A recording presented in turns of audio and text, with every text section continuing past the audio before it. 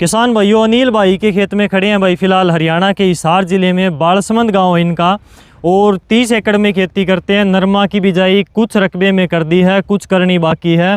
एक नई वैरायटी आई थी पिछले साल और बढ़िया रिजल्ट रहा।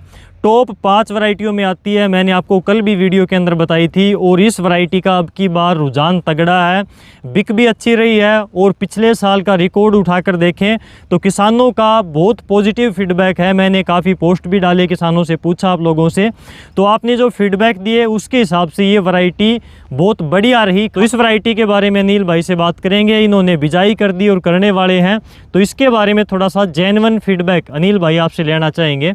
सबसे पहले तो स्वागत आपका डियर किसान पर। सबसे पहले तो नमस्ते जी, सादा नमस्ते सभी किसान साथियों को।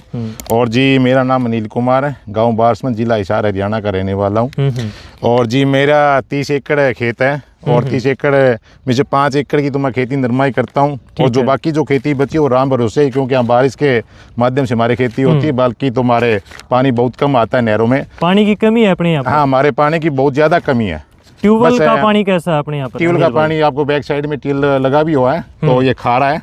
यहाँ पे इसने क्लोज कर दिया, क्यों खारा पानी कहीं जमीन को खराब कर देता है, तो क्लोज कर दिया। और एक वाटर टैंक मैंने बनाया हुआ है, पानी की डिग्गी बना रखी है भाई ने, सोलर लगवाई हुई है। तो इसके माध्यम से मैं कुछ 5-6 एकड़ नरमा लगा लेता हूँ। अभी तो खैर गुलाबी सुंडी आने लगी, तो किसानों ने वैसे थोड़ा कम कर रखा है नरमा लगाना। लेकिन आप पहले भी 5-6 एकड़ में करते हो? हाँ, पहले भी 5-6 एकड़ में करता रहा। गुलाबी सुंडी संघर्ष करते रहे हम, लेकिन 5-6 एकड़ लगातार कंटिन्यू लगाता ही आ रहा हूँ। पानी की कमी है? हाँ, पानी की हमारे बहुत ज़्यादा कमी है। अगर पानी कमी नहीं तो शायद और भी ज़्यादा बढ़ाता, लेकिन पानी की कमी है। ठीक है, तो अब की बार अभी तक कितने एरिया में बिजाई कर चुके हो? अभी तक मैंने 2 एकड़ में लगाया है, क्योंकि पानी कुछ खास नहीं आया था, तो 2 एकड़ में लगाया था। आप देख भी सकते हो। तो मैंने 2 एकड़ में ही नरमा लगाया है अभी, और अभी 3 एकड़ में लगाना बाकी है।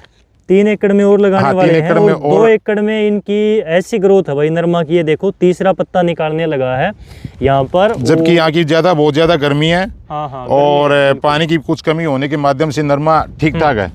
नरेश भाई, अपना ये नरमा कितने दिन का हो गया फिलहाल? बिजाई कब करी थी? मैंने बिजाई करी थी 10 अप्रैल को।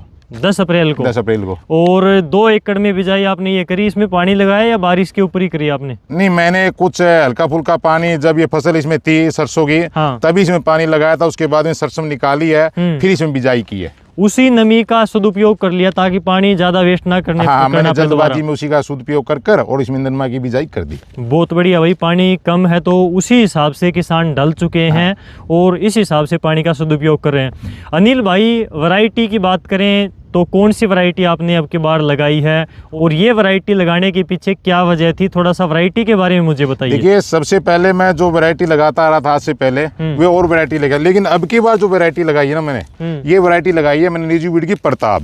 निजीवीड सीड्स की प्रताप है 4455। हाँ, प्रताप है। ये नई वैरायटी आई है अनिल भाई पिछली बार ही? हाँ, पिछली बार आई थी। पिछली बार मैंने ये अपने गांव के पड़ोसी ने लगाई हुई थी, जिसका नाम भी बता देता हूँ, सुरेंद्र सनोप प्रताप सिंह, सनोप मांगेराम उसका दादा का नाम है। तो उसने उसके खेत में लगाई थी 3 एकड़ में। हालांकि वो ज्यादा खेती करते हैं, तो वहां मैं देख कर आया। तो कितने एकड़ में खेती करते हैं वो इस पे है 90 एकड़ किले उसके पास। नरमा कितने एकड़ में? नरमा लगाता वो शायद 20 एकड़ में।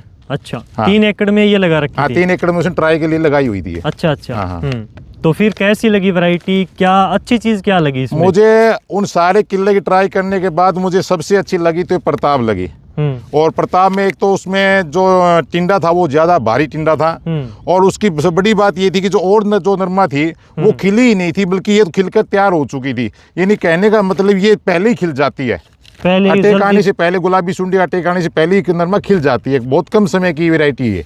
और अनिल भाई, जो आज के टाइम पर सुंडी वगैरह का अटैक होने लगा है, लास्ट में बारिश से भी नुकसान होता है, नरमा में ख़राब हो जाती है, और एक नरमा के अंदर पत्ता मरोड़ की ज़्यादा दिक्कत आने लगी है, CLCV की दिक्कत आने लगी है, कॉटन लीफ कर्ल वायरस। देखिए, तो उसके प्रति ये वैरायटी आपको वहाँ पर कैसा लगा? क्योंकि अनिल भाई, मैं इस वैरायटी के बारे में थोड़ा सा जेन्युइन फीडबैक आपसे लेना चाहता हूँ, क्योंकि मैं 4 वैरायटियों के बारे में किसानों को बता चुका हूँ। किसानों से हम अलग अलग लोकेशन पर जाकर बात कर चुके हैं। ये 5वीं वैरायटी है नरमा की प्रताप, क्योंकि नई वैरायटी है, और किसानों को इसका अच्छा जेन्युइन फीडबैक हमको देना है कि एक्चुअल में पिछले साल जिन किसानों ने ये वैरायटी लगा रखी थी उनके वहाँ पर कैसी थी और इसकी क्या खास बातें थी। किस प्रकार की ज़मीन में कामयाब है और इसके क्या कैरेक्टर है प्लांट के। तो अनिल भाई इसके बारे में वही किसान बता पाएगा सही से जिसने पिछली बार या तो लगा रखी थी या तो अपने आसपास देखी थी। देखो मैं देख कर आया था और सबसे बड़ी बात ये लगी थी कि जिस टाइम सुंडी का टेक होना था उस टाइम तो नरमा खिल चुकी थी, उसका जो कॉटन वो बाहर आ चुका था। और सबसे बड़ी बात है जो पत्ता में थ्रिप्स आता है ना वो बहुत कम था इसमें। हालांकि ऐसा नहीं था कि था ही नहीं, था लेकिन बहुत ही कम था, बहुत कम था। और इसके जो टहनियाँ थी उस पर बच्ची अच्छी खासी टहनियाँ निकली हुई थी, बहुत ज़्यादा बॉल लगी हुई थी, टिंडे लगे हुए थे। तो मुझे बहुत पसंद आई वैरायटी। अनिल भाई टिंडे की फ्रूट साइज़ की बात करें तो टिंडा एक तो होता है बिल्कुल कई वैरायटियों में छोटा, एक होता है मीडियम साइज़ का, बीच बीच का साइज़ ना ज़्यादा छोटा ना ज़्यादा बड़ा, एक बड़े साइज़ का। तो टिंडा कितना भारी मोटा था इसका? टिंडा अच्छा वजन था और टिंडा बड़ा था, ऐसा नहीं कि कोई छोटा हो, बिल्कुल टिंडे एक साथ थे और अच्छा वजन था। और बात इसकी अगर कोई सीड की करे तो इसके अंदर की आपको पता चल जाएगा, तब आप पैकेट खरीदोगे लगाओगे तो इसके अंदर सीड जो है बड़ा अच्छा ही निकलेगा, मोटा सीड है जो इसका बिनोला है वो अच्छा खासा मोटा निकलेगा। तो बहुत पसंद आई मुझे बड़ी। और मैं किसान साथियों कहना तो यही चाहूँगा कि आप एक मान लीजिए अगर 5-6 एकड़ कर रहे हैं तो आप 1-2 पैकेट जरूर लगा कर देखिएगा। बिल्कुल, क्योंकि अगर मान लीजिए एक पैकेट किसान ने लगाया तो उसको ये पता चल जाएगा कि भाई उसके खेत में मिट्टी पानी में ये वैरायटी कितनी कामयाब हो सकती है और एक्चुअल में इसकी पैदावार कितनी है, एक्चुअल में इस पौधे के किस प्रकार के कैरेक्टर हैं, यानी कि कितनी जल्दी टिंडे आते हैं। आपने बताया सबसे पहले खिल गई थी, तो किसान लगा कर देखेगा तो उसको सही पता चल जाएगा। तो इसलिए 1-2 पैकेट अगर आप नरमा की खेती कर रहे हैं तो इसके 1-2 पैकेट कन्फर्म आपको लगाकर देखने हैं। मैंने आपको टॉप 5 वैरायटियों के अंदर भी ये वैरायटी बताई थी कि भैया एक न्यूजीवुड सीड की प्रताप के नाम से नई वैरायटी आई है और पिछली बार इस वैरायटी के काफ़ी डेमो लगे थे और काफ़ी किसानों को इसका बीज मिला भी था, कुछ को नहीं मिल पाया लास्ट में क्योंकि एक लिमिटेड मात्रा में स्टॉक आया था। लेकिन अब की बार इसका भरपूर बीज है मार्केट में, तो आपको लगाकर देखनी चाहिए। बाकी अनिल भाई आप बिजाई के टाइम पर कौन सी खाद डालते हो या फिर बाद में डालते हो, थोड़ा खाद का मैनेजमेंट कैसे करते हो? देखो खाद तो मैं अगर मेरे खेत का जिक्र करता हूं तो मैं गोबर की खाद ही कुछ पहले डाल देता हूं। और अब की जो इसमें 2 एकड़ में लगाई हुई इसमें मैंने गेहूं के पिछली गेहूं जो बिजाई की थी उस टाइम इस पर खाद डाली थी, अब की बार नहीं डाली। और सबसे बड़ी बात है कि खाद मैं बाद में डालता हूँ। जिस तरह ये जो नरमा है या मान लीजिए इसकी ये हो जाएगी 1.5-2 महीने की, तब इसमें डीपी देता हूँ 1 प्रति बैग 1 किला एकड़ में। ठीक है, एक के लिए डीएपी देते हो? डीएपी के लिए। और अपने यहाँ पर आपने कम से कम कितनी पैदावार ली है गुलाबी सुंडी के टाइम में, और जब गुलाबी सुंडी नहीं थी तो अधिक से अधिक कितनी पैदावार निकाली है? जब मैंने नरमा लगानी शुरू करी थी, पढ़ाई छोड़कर खेती शुरू की थी, तो मैंने जब से नरमा लगाई तब से मैं नरमा शुरू में स्टार्टिंग से मैंने 32 मन यानी कि मान लीजिए आप 12-13 क्विंटल प्रति एकड़ की पैदा ली थी। उसके बाद में मैंने कहीं ज़्यादा भी पैदा ली है। फिर 2 साल बाद में ये कम होती गई, गुलाबी सुंडियों का बहुत ज़्यादा टेक होता गया।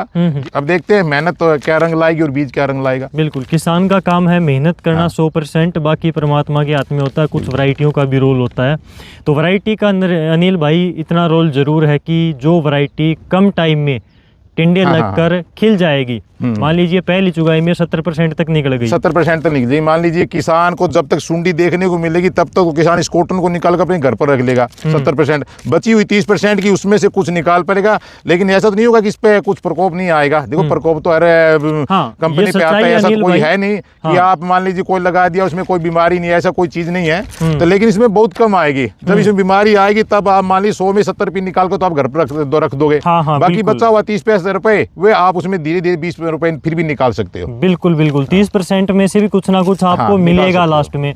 लेकिन ये है कि गुलाबी सुंडी आने से पहले अगर कोई वैरायटी ज़्यादातर खिल चुकी है, किसान ने चुग ली है, उसको चुगाई कर ली है, पिकिंग कर ली है, तो उसमें जितनी ज़्यादा चुगाई हो जाएगी उतना ही ज़्यादा किसान नुकसान से बचेगा, बिल्कुल बचेगा, फायदा हो सकता है किसान को। क्योंकि हमारे बड़े बुजुर्ग हमेशा कहते आए हैं जैसा बोएंगे वैसा काटेंगे। बिल्कुल बिल्कुल, ये बात 100 की 100 भाई, जैसा बोएंगे वैसा काटेंगे।